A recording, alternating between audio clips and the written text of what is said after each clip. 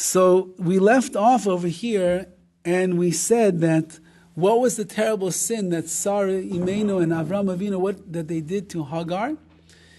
Not that they really did something that was so wrong, meaning they were justified, Sarah was justified to act in a way where she was kind of punishing Hagar for Hagar's rudeness and her scoffing that she had at Sarah and the hurting of the feelings that she did.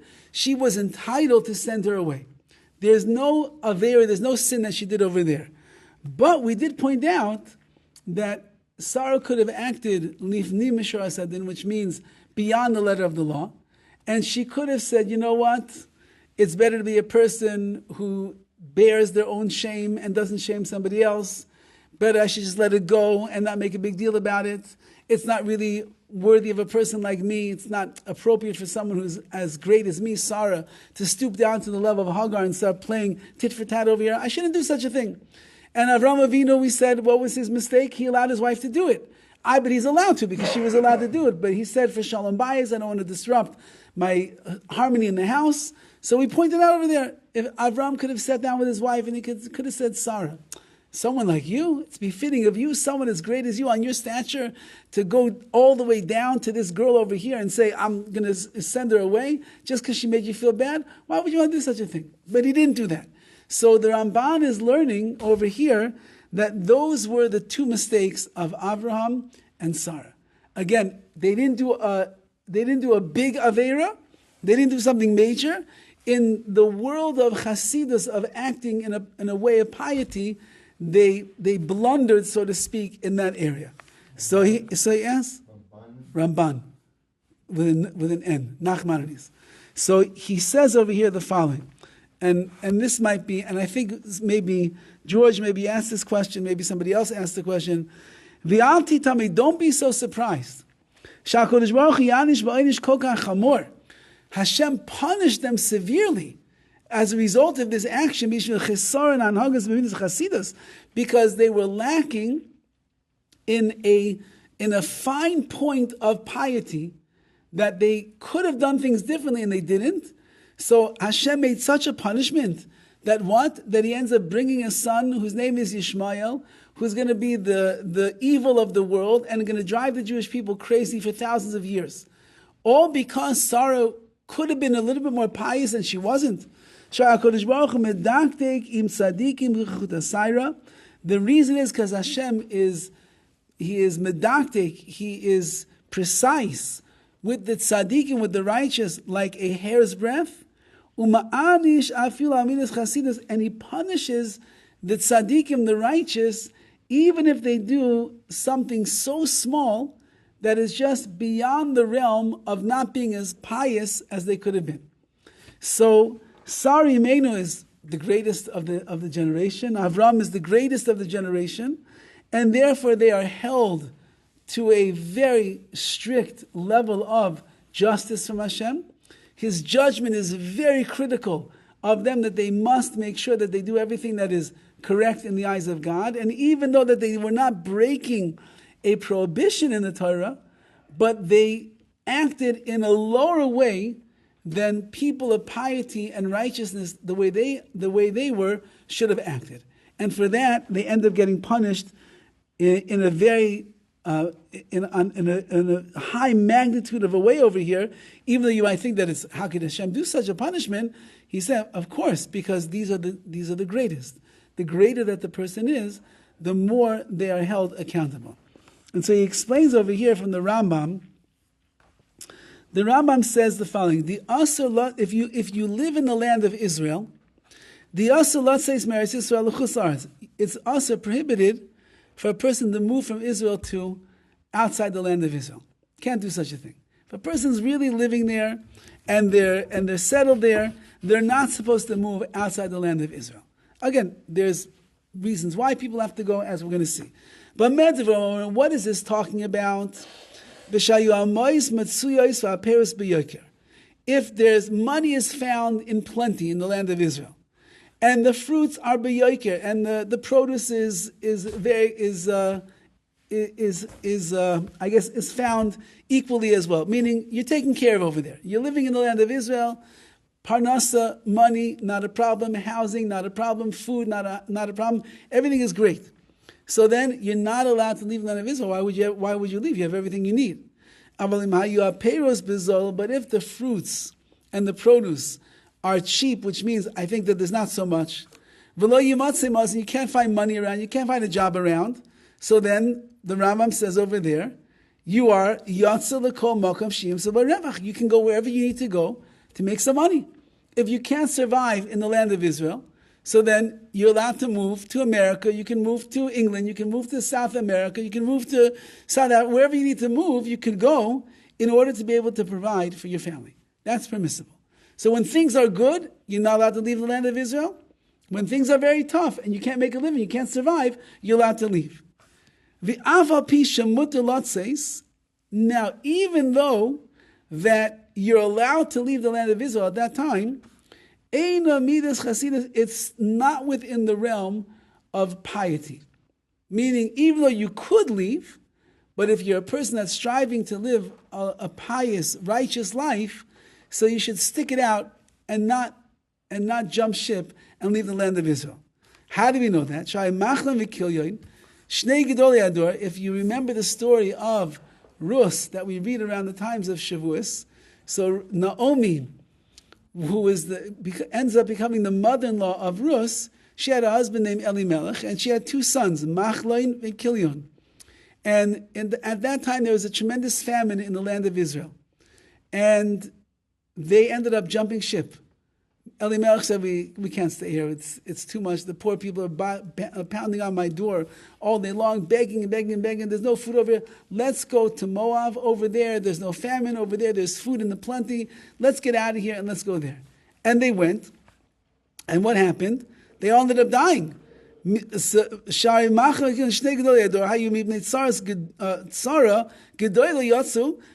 of the tremendous suffering that was going on in Israel at the time, they left. Nevertheless, Hashem killed them in the land of Moab. They died, Elimelech died, everybody died. Why? Says the Rambam, because even though that they were allowed to leave the land of Israel, the greater the person is, he's judged much more fine. And over here, since that they could have lived a life of chassidus, of more piety, and said, you know what, we're going to stick it out. The land of Israel, how can we leave right now? Our people need us. They look to us as the leaders, but they didn't, therefore they were punished. You see that the sons of Naomi, and even her husband at that fact, they were killed because they ended up falling short in this area of piety. V'gam Sarah, and so too Sarah, nenash b'shvil cheson anhaga, she was punished because she was lacking the proper behavior, b'midas chasidus, in the world of piety. Im Hagar, with Hagar, limchol al albayna, she should have just forgiven her for the shame that she endured. Remember, Hagar was embarrassing her. Oh, look at you, you're such a righteous woman, you're married to this man for 70 years, you can't even have a single child. I'm with Avram one single night, and already I'm pregnant, I'm ready to have a baby. Now, Sarah, the Gemara says over there that she put the evil eye into Hagar, and Hagar ended up having a miscarriage as a result of that. But, which is also, we would say, beneath the dignity of Sarah, and that's when she went out into the wilderness, and that's when Hashem came to her and said, don't worry, you're going to have a baby, it's going to be a healthy baby, a living baby, and it's going to be called Yishmael, and it'll wreak havoc on the Jewish people. All of that came because, not because Sarah did something so terrible, but because she could have acted more righteously, with more piety, and she didn't, and therefore she's held accountable for that. Ulefizeh, according to this, Nir Levaya Madua Hugbal Koyach Shel Bnei Yisrael Lahara Lanu. Now, because of this, we can understand why Yishmael has limitations on how much bad they can cause to the Jewish people. As evil as Yishmael is, and as wicked as they are, and as many terrible things they try to do, there's a limit of how far that can go. They can never annihilate us. Even, there's like more and more like pieces of information that are being disclosed about October 7th. And the more that we hear, the more we realize that their plans were enormous, what they wanted to accomplish. They were planning, it seems like, the initial plans were that Hamas and Iran was going to work together, and they were going to come and try to destroy Iran, maybe even Syria was, I forget one other, and Hamas, they were going to come and just basically destroy the land of Israel and all the Jews, wipe them out in like one day. That was their initial plan. And if you follow the timeline, so what happened was Hamas got very, they were like rabid dogs. They couldn't hold themselves back anymore. And without telling Iran and Syria what they were planning to do, they just broke over the border and they came in and they began what they did. And there was no time for Iran and Syria to mobilize everything that they were planning to do. And therefore Hamas came in all by itself. And even though they planned on marching in to the city of Jerusalem, that's how far they wanted to go. But they got stuck at the Nova Festival, which they were not anticipating was going to be there. And they got busy. They got busy in the massacre that took over there. And by the time that the smoke cleared, settled, so to speak, the army was able to come in and they were able to mobilize and things changed. But had that not happened, they would have come all the way in, and who knows how much, maybe hundreds of tens of thousands of people, or if more, if not more, they would have slaughtered on that day. God forbid. So this, he says, begins to explain why Yishmael is always limited in what they could actually, what they could incur on the Jewish people. In this Palala Hashem, because if we dive into Hashem, Yishma Hashem v'yanem, Hashem is going to listen to us, v'yanem, and he's going to punish them. Ki be'emes ansa Hagar shaloi kedin, because the truth is, like we said, Hagar was not oppressed by Sarah Yemenu, shaloi kedin, which means against what it says in the Torah. There wasn't even an avera, there wasn't even a sin between Sarah and Hagar, between man and his fellow man. Ella avera kala bein adam l'makom, was a small little sin between Sarah and Hashem. Shenitba Sarah al shalei machla al abayno liyois min anelavim and elavim. She was brought to task by Hashem. Sarah was, as a result of not forgiving and overlooking the disgrace that she got, and rather she should have been the disgraced and not the one that caused shame to another. If Sarah would have just held back, Hashem would have said, you know what, just leave it alone. But because she didn't, it was really between her and Hashem and not between her and Hagar. And he says, V'yesh l'farash de'atam shayset tzricha lino kain lavi rak mechasha Hashem etavor ala gvul v'tasei davar shelo kedin, fine. Ela v'nei shelefi midas chasidus hayset tzricha la'argish ha'kol min ishmayim. What should Sarah Imenu, what should she have done? On her level of piety, she should have felt and realized the following thing. Everything that happens in my life is min hashamayim, is from heaven. And Hagar would not have been able to do anything unless Hashem decreed upon her from the heavens that this is what he wanted to happen.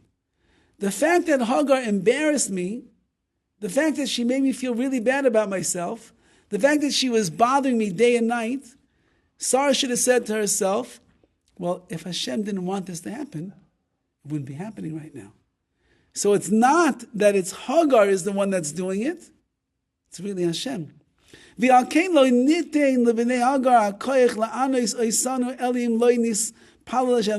why the children, the offspring of Hagar, who is Yishmael, the Arabs, they will not be able to oppress us and damage us unless we don't pray to Hashem.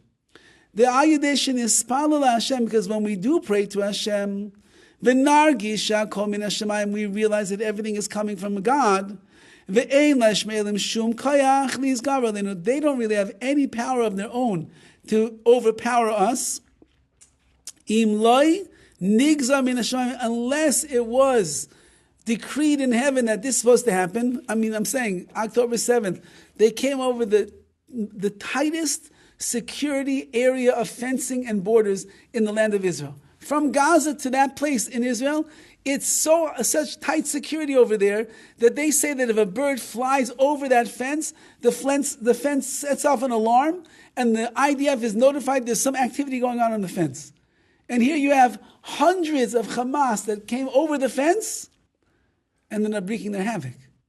That could only be not because Netanyahu avoided all the things that he was warned, and not because the IDF was sleeping, and not because there clearly was a gezer, there was a decree, min hashamayim, in the heavens, that such a terrible thing should take place. But if there wouldn't be a decree, they would never be able to do anything to us. And therefore, listen to what he writes over here. And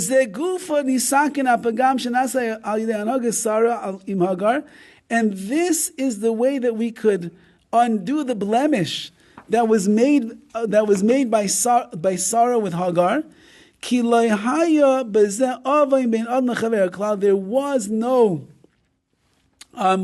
There was no real sin between man and his fellow man. Sarah did not sin to Hagar. The only mistake she made was something very small. She didn't realize and live according to the idea that everything that is happening there is because Hashem is willing it. And therefore, when the Jewish people daven properly, Yesuk and Dovid, we are able to correct this thing automatically. Why? Because when we daven to Hashem, we show that we understand that Hashem is the one that is doing everything. And it's all up to HaKadosh Baruch Hu. And therefore, if we end up davening to Hashem that He should push the enemy away and save us and redeem us, so then we're showing Hashem that we're correcting that mistake that Sarah made so many thousands of years ago. Her mistake is that she took it personally and emotionally, and she didn't think to herself, well, it would never happen unless Hashem wanted it to happen, and therefore she acted on her level not in the right way. So when we daven and we call out to HaKadosh Baruch Hu, we're showing that we recognize that it's all coming from Him. And I'll just conclude with this. It's simple to understand. Whatever we can do to strengthen ourselves in this idea, when the way that we deal with other people, we should be from those people that accept the embarrassment, we accept the shame, and we don't give it back to somebody else. It will be a merit. It will be a merit to us that the wicked people of this world will not be able to have any control or power over us. The way to get there is like we explained, to think and meditate upon the idea, whatever somebody does to us, they embarrass us, they shame us, they hurt our reputation, whatever it is, it's all decreed from Hashem. And it must be that my own deficiencies have caused that it brought this about. Through that we can fix the blemish that Sarah Imenu left in the world by Hagar, the way that she behaved with Hagar. And then Hashem will rescue us from the wild man Yishmael, who even we're combating in this generation. So the more that we control ourselves, the more that we recognize that everything is coming from the Ribono Shel Olam, and whatever embarrassment or shame a person has to go through in this world, it's so much better to be shamed in this world than in the world to come. And therefore that person that was sent to do that, that's just Hashem's doing, for whatever reason it is, and I just remain quiet, so then I correct the small mistake of Sarah, and then it helps to combat the enemy, Yishmael. Okay? You didn't realize how strong you are. Unbelievable. It's amazing. We have so much power for just controlling ourselves, what we could accomplish in this world.